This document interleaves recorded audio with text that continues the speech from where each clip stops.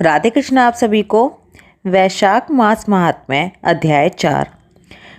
अम्बरीश ने कहा, आज मैं धन्य हूँ, अनुग्रहित हूँ। आपने मुझे उस शुभ विधि का श्रवण कराया जिसके सुनने मात्र से पापों का क्षय हो जाता है।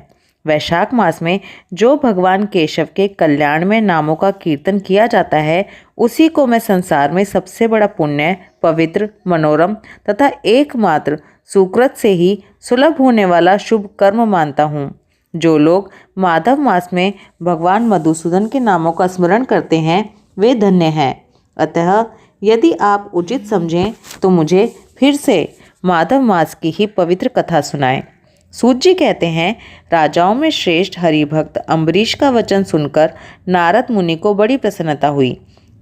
वे वैशाख स्नान के लिए जाने को उत्कंठित थे, फिर भी सत्संग में आनंद आने के कारण रुक गए और राजा से बोले, नारद जी ने कहा, महिपाल, मुझे ऐसा जान पड़ता है कि यदि दो व्यक्तियों में परस्पर भगवत कथा संबंधी सरस वार्तालाप छिड़ जाए तो वो अत्यंत विशुद्ध अंतःकरण को शुद्ध करने वाला होता है।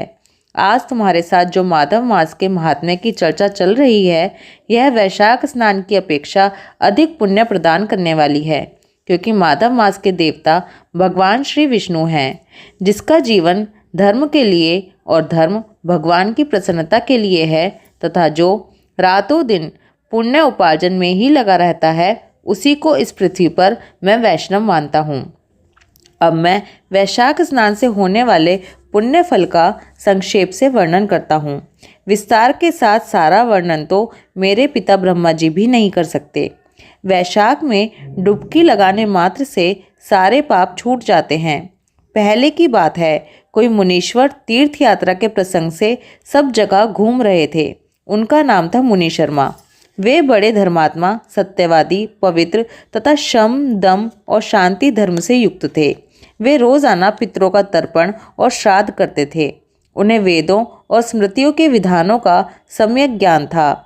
वे मधुर वाणी बोलते और भगवान का पूजन करते रहते थे। वैष्णवों के संसर्ग में ही उनका समय व्यतीत होता था। वे तीनों कालों के ज्ञाता, मुनि, दयालु, अत्यंत तेजस्वी, तत्वज्ञानी और ब्राह्मण भक्त थे। वैशाख का महीना था। मुनि शर्मा स्नान के लिए नर्मदा के किनारे जा रहे थे। उसी समय उन्होंने अपने सामने 5 पुरुषों को देखा, जो भारी दुर्गति में फंसे हुए थे। वे अभी अभी एक दूसरे से मिले थे। उनके शरीर का रंग काला था। वे एक बरगद की छाया में बैठे थे और पापों के कारण उद्विग्न होकर चारों ओर देख रहे थे। उन्हें देखकर मुनि शर्मा बड़े विस्मय में पड़े और सोचने लगे, इस भयानक वन में मनुष्य कहाँ से आए? इनकी चेष्टा बड़ी दयनीय है, लेकिन इनका आकार बड़ा भयंकर है। ये पाप भागी कहीं चोर तो नहीं है? विप्रशर मुनि शर्मा की बुद्धि बड़ी स्थिर थी। वे जैसे ही इस प्रकार विचार करने लगे, उसी समय वो 5 पुरुष उनके पास आए और हाथ जोड़कर मुनि शर्मा से बोले, हे विप्रवर, हमें आप कल्याण में पुरुषोत्तम जान पड़ते हैं। हम दुखी जीव हैं, अपना दुख विचार कर आपको बताना चाहते हैं। आप कृपा करके हमारी कष्ट कथा सुन लीजिए। दैववश जिनके पाप प्रकट हो गए हैं, उन दीन दुखी प्राणियों के आधार आप जैसे संत महात्मा ही हैं। साधु पुरुष अपनी दृष्टि मात्र से पीड़ितों की पीड़ाएं हर लेते हैं। अब उनमें से एक ने सबका परिचय देना शुरू किया। वो बोला, मैं पांचाल देश का क्षत्रिय हूँ। मेरा नाम नरवाहन है। मैंने मार्ग में मोहवश बाण द्वारा एक ब्राह्मण की हत्या कर डाली। मुझे ब्रह्म हत्या का पाप लगा है, इसलिए शिखा, सूत्र और तिलक से रहित होकर इस पृथ्वी पर घूमता हूँ और सबसे कहता फिरता हूँ कि मैं ब्रह्म हत्यारा हूँ। मुझ महापापी ब्रह्मघाती को आप कृपा की भिक्षा दें। इस दशा में पड़े पड़े मुझे 1 वर्ष बीत चुका है। मैं पाप से जल रहा हूँ। मेरा चित्त शोक से व्याकुल है तथा ये जो सामने दिखाई देते हैं, इनका नाम चंद्र शर्मा है। ये जाति के ब्राह्मण हैं। इन्होंने मोह से मलिन होकर गुरु का वध किया है। मगध देश के निवासी हैं। इनके स्वजनों ने इनका परित्याग कर दिया है। ये भी घूमते घामते यहाँ आ पहुँचे हैं। इनके भी न शिखा है न सूत्र। ब्राह्मण का कोई भी चिन्ह इनके शरीर में नहीं है। इनके सिवा जो ये तीसरे व्यक्ति हैं, इनका नाम देव शर्मा है। ये भी बड़े कष्ट में हैं। ये भी जाति के ब्राह्मण हैं, किंतु वैश्य की आसक्ति में फंसकर शराबी हो गए थे। इन्होंने भी पूछने पर अपना सारा हाल सच सच कह सुनाया। अपने पहले पाप को याद करके इनके हृदय में बड़ा दुख होता है। ये सदा दुख से पीड़ित रहते हैं। इनको इनकी स्त्री ने, बंधु बांधवों ने तथा गांव के सब लोगों ने वहां से निकाल दिया है। ये अपने उसी पाप के साथ घूमते करते हुए यहाँ आए हैं। ये चौथे महाशय जाति के वैश्य हैं। इनका नाम विदुर है। ये गुरु पत्नी के साथ समागम करने वाले हैं। इनकी माता मिथिला में जाकर वैश्या हो गई थी। इन्होंने 3 महीनों तक उसी का उपभोग किया है, परंतु जब असली बात का पता लगा तो बहुत दुखी होकर पृथ्वी पर विचरते हुए ये भी यहाँ आ पहुँचे हैं। हम में से ये जो 5वें दिखाई दे रहे हैं, ये भी वैश्य ही हैं। इनका नाम नंद है। ये पापियों का संसर्ग करने वाले महापापी हैं। इन्होंने रोज़ाना धन के लालच में पड़कर बहुत चोरी की हैं। पापों से आक्रांत हो जाने पर इन्हें इनके स्वजनों ने त्याग दिया है। तब ये खुद भी खिन्न होकर यहाँ आ पहुँचे हैं। इस प्रकार हम 5 महापापी एक स्थान पर इकट्ठे हो गए हैं। हम सब के सब दुखों से घिरे हुए हैं। अनेकों तीर्थों में घूम आए, मगर हमारा घोर पातक नहीं मिटता। आपको तेज से उद्दीप्त देखकर हम लोगों का मन प्रसन्न हो गया। आप जैसे साधु पुरुष के पुण्यमय दर्शन से हमारे पातकों के अंत होने की सूचना मिल रही है।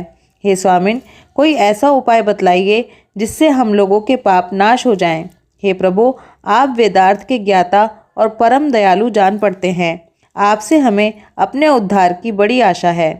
मुनि शर्मा ने कहा, तुम लोगों ने अज्ञानवश पाप किया, किंतु इसके लिए तुम्हारे हृदय में अनुताप है तथा तुम सबके सब सत्य बोल रहे हो। इस कारण तुम्हारे ऊपर अनुग्रह करना मेरा कर्तव्य है। मैं अपनी भुजा ऊपर उठाकर कहता हूँ, मेरी सत्य बात सुनो। पहले जब मुनियों का समुदाय एकत्रित हुआ था, उस समय मैंने महर्षि अंगिरा के मुख से जो कुछ सुना था, वही वेद शास्त्रों में भी देखा। वह सबके लिए विश्वास करने योग्य है। मेरी आराधना से संतुष्ट हुए स्वयं भगवान विष्णु ने भी पहले ऐसी ही बात बताई थी। वो इस प्रकार है, भोजन से बढ़कर दूसरा कोई तृप्ति का साधन नहीं है। पिता से बढ़कर कोई गुरु नहीं है। ब्राह्मणों से उत्तम दूसरा कोई पात्र नहीं है तथा भगवान विष्णु से श्रेष्ठ दूसरा कोई देवता नहीं है। गंगा की समानता करने वाला कोई तीर्थ, गोदान की तुलना करने वाला कोई दान, गायत्री के समान जप, एकादशी के समान कोई व्रत, भार्या के समान कोई मित्र, दया के समान धर्म तथा स्वतंत्रता के समान सुख नहीं है। गृहस्थ से बढ़कर आश्रम और सत्य से बढ़कर सदाचार नहीं है। इसी प्रकार संतोष के समान सुख तथा वैशाख मास के समान महान पापों का अपहरण करने वाला दूसरा कोई मास नहीं है। वैशाख मास भगवान मधुसूदन को बहुत ही प्रिय है। गंगा आदि तीर्थों में तो वैशाख स्नान का सुयोग अत्यंत दुर्लभ है। उस समय गंगा, यमुना तथा नर्मदा की प्राप्ति कठिन होती है। जो शुद्ध हृदय वाला मनुष्य भगवान के भजन में तत्पर हो, पूरे वैशाख भर सुबह के समय गंगा में स्नान करता है, वह सब पापों से मुक्त होकर परम गति को प्राप्त होता है। इसलिए पुण्य के सारभूत इस वैशाख मास में तुम सभी पातकी मेरे साथ नर्मदा तट पर चलो और उसमें गोते लगाओ। नर्मदा के जल का मुनि लोग भी सेवन करते हैं। वह समस्त पापों के भय का नाश करने वाला है। मुनियों के यों कहने पर वे सब पापी उनके साथ अद्भुत पुण्य प्रदान करने वाली नर्मदा की प्रशंसा करते हुए उसके तट पर गए। किनारे पहुंचकर ब्राह्मण श्रेष्ठ मुनि शर्मा का चित्त प्रसन्न हो गया। उन्होंने वेदोक्त विधि के अनुसार नर्मदा के जल में प्रातः स्नान किया। 5 पापियों ने भी ब्राह्मण के कहने से जो ही नर्मदा में डुबकी लगाई, वैसे ही उनके शरीर का रंग बदल गया। वो सुवर्ण के समान कांतिमान हो गए। और फिर मुनि शर्मा ने उन सब लोगों को पाप प्रशमन नामक स्तोत्र भी सुनाया। वैशाख मास महात्म्य अध्याय 4 समाप्त। ओम नमो भगवते वासुदेवाय। राधे कृष्णा।